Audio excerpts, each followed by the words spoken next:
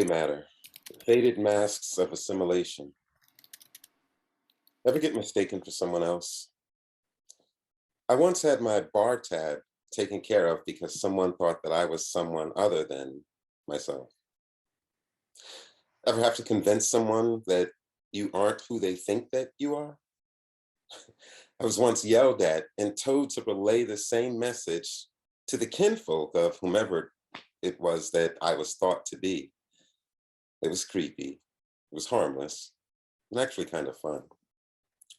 What I'd like to talk about, though, are times that I seem to dangerously mistake my own identity. Who am I? Don the mask, take on the disguise. You sound white. You dress white. You act white. As far back as third grade of elementary school, I recall feeling shamed into wanting to blend in. A lonely existence that seemingly fostered a duality that would haunt/help me to this day. Blending in became an easy way to not be teased, but it often meant intentionally not performing to my potential or acting in a manner not representative of what I deemed upstanding. Interestingly, I did not realize the full ramifications of my blending until I was moved from a public school in my melanin-enriched neighborhood to a melanin-deficient private school. The garb I'd so comfortably worn, although peer-shamed in the hood for wearing it, was the standard uniform at this institution of enhanced experience and culture shock.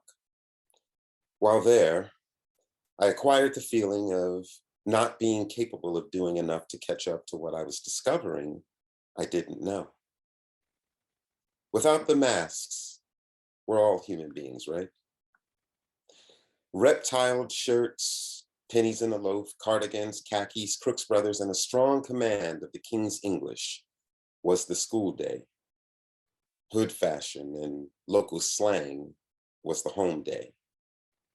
Effortlessly balancing this delicate charade between cultures until the day I became aware that regardless of what I was wearing, how I spoke, whatever the attempt at assimilating, I would still be viewed as a Black man first, and then the type of man, good or bad, thereafter.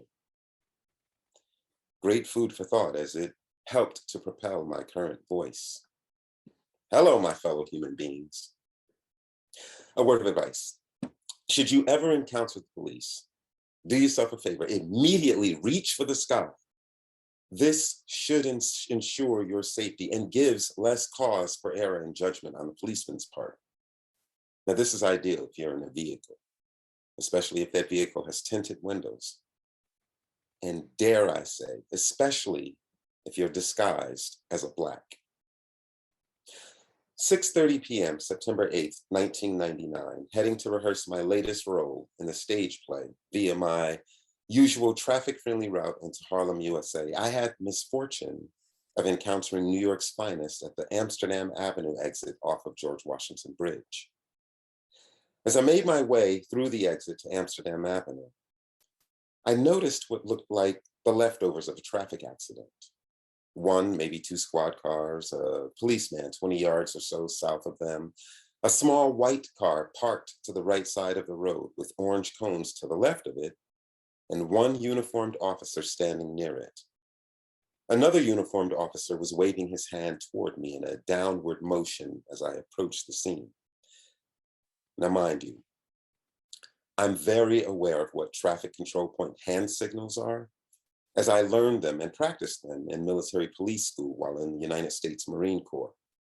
However, any layman can tell you what most signals mean. And to all those that I polled, a downward motion means to slow down. Observing the officer's instruction to me and having no reason in the world not to follow it, I slowed down to what felt like a snail's pace. Suddenly, like out of scenes I've only witnessed in movies. The officer runs at the hood of my car with his weapon drawn and aimed directly at me, shouting for me to turn off my car and put my hands up. With a fear that I never knew existed in me, I turned the car off quickly, still with it in gear, threw my hands on the dashboard, and was at full attention. There was a Glock staring at me. I can't tell you what the other officers said or did. I anxiously awaited further instruction from the officer that controlled my fate, and in what felt like an eternity, before he was at the driver's side window asking for my license and registration, I flashed through the latest headlines of trigger-happy Black killing cops and concluded that I was to be the next victim. I instantly thought of ducking down, stomping on the gas pedal to get away to save myself. And thank God I didn't possess a weapon myself, because at that moment, I felt justified in needing to defend myself. My wits, thankfully, would prevail and keep the hero thoughts simply as thoughts. I nervously pulled my wallet out of my cargo pant pocket, and after fumbling through, gave him the whole wallet without retrieving my license. After a moment, my wallet was handed back to me with the officer exclaiming, "Had you stopped, pulled over when I told you to, you'd be on your way right now." Hearing this, along with his weapon being back in its resting place, my fear turned to anger. To no compromise, I argued with him and his partner about the inappropriate use of hand signals, as well as the abrupt decision to possibly use deadly force. Nearly an hour later, after my vehicle and I checked out okay, I curiously inquired about the whole purpose of their setup. Routine license checks. Have a good day. Routine license checks? No apology, just have a good day. As if staring down the nose of a 9mm barrel is routine for me. As I drove away traumatized, I wondered, do these routine license checks happen everywhere or just special places? Code switching through life, I'm noting which disguises work best to help me blend in, stand out, cause reactions, promote harmony, or really save my life. Standing in the mirror, contemplating a half or full Windsor, I see the little boy not feeling Black enough for his Black friends, while also feeling too Black for his white friends. Pulled between two worlds. Or is it all in my head? Gray matter. Wow. Thank you so much. Wow, Kevin, amazing piece. Beautiful piece. You.